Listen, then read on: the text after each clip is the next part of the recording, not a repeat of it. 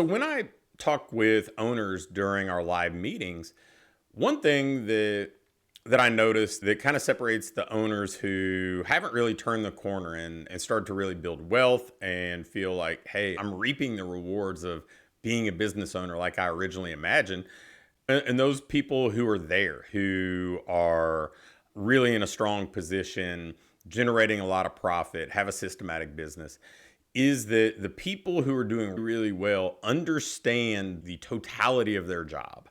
And the people who kind of are stuck at a plateau, or maybe even before that, they're struggling, they think about certain things as their job, and then the other things they almost treat like their hobbies.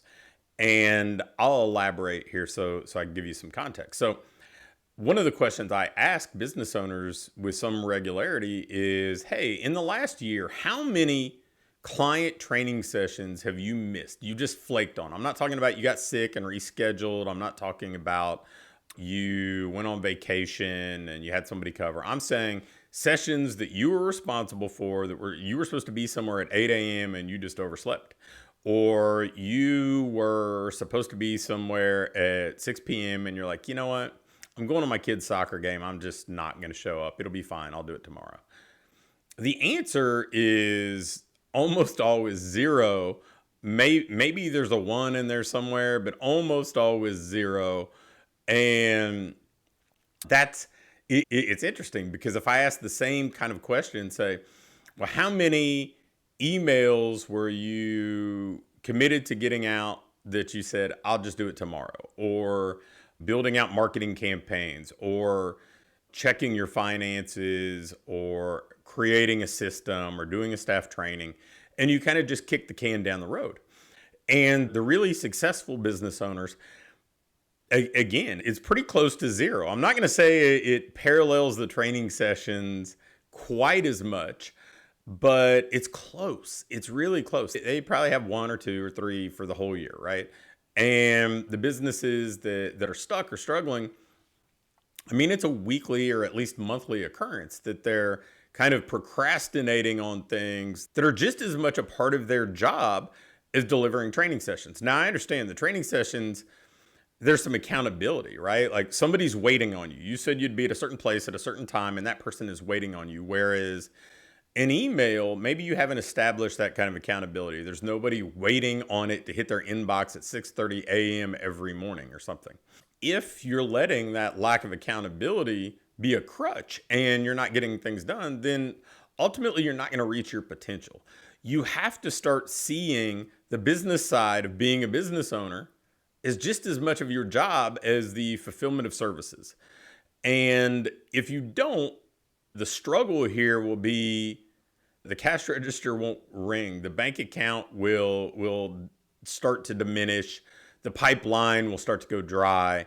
And you'll be in this desperation mode. I see that all the time. I used to have kind of when like Gym Launch and those sorts of things were in their heyday, pushing these really expensive, high ticket type of programs where it's like $1,000 a week and then you got to buy ads and all this other stuff.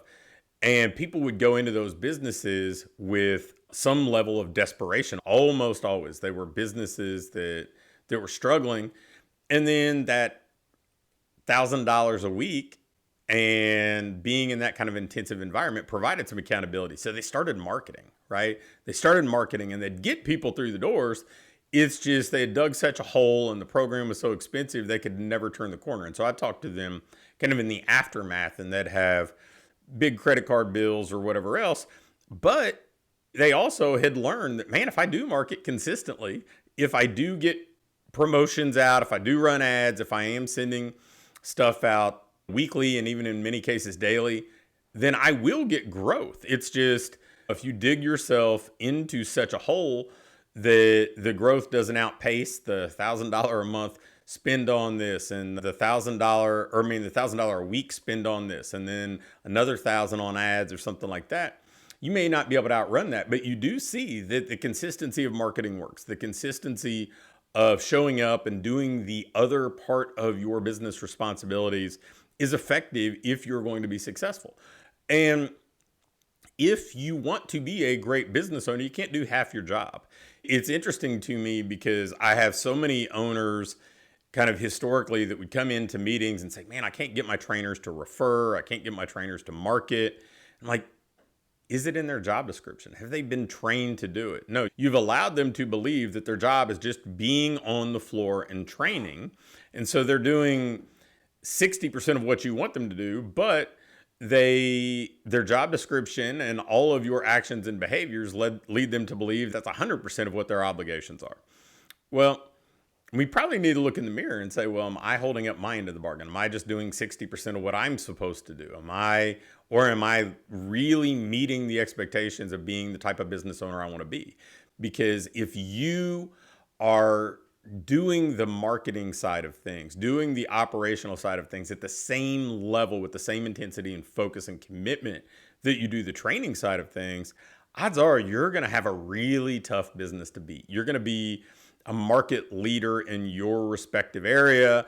You're going to almost certainly be successful in bringing in new clients, generating more revenue.